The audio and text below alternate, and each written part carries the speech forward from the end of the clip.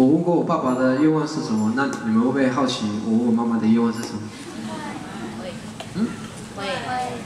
为什么要跟你们讲？为什么你们不问我的愿望是什么？你的愿望是什么？我的愿望很明显啊。啊？对，我的愿望就是爆红而已啊。最好是爆红当偶像。然后这阵子准备要拍戏了，这个下礼拜要拍一个电影啊。对，我是金马奖最佳新人呢，好。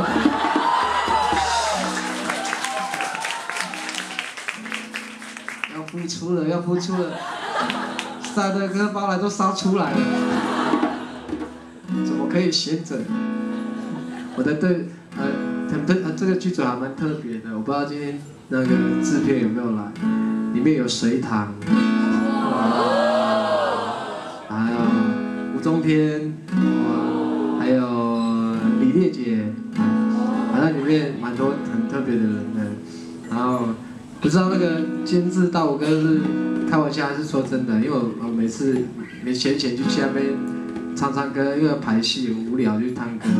他就问我说：“你的歌很好听，要不要给别人写歌词？”我说：“给谁呀？”他说：“给隋棠。”有可能吗？我不知道哎。然后我第一次看到隋棠，哇塞！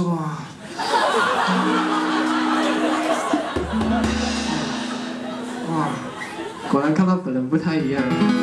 有机会我拍照给你们看。然后他就在拍戏的时候就在前面这样。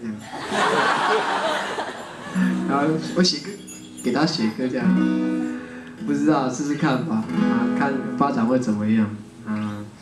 最后一首歌了，把情绪缓和好了，不要再讲那个很严重的事情。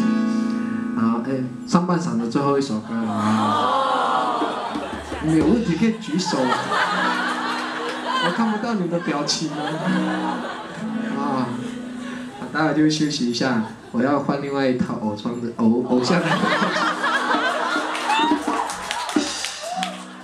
破功了啦！等一下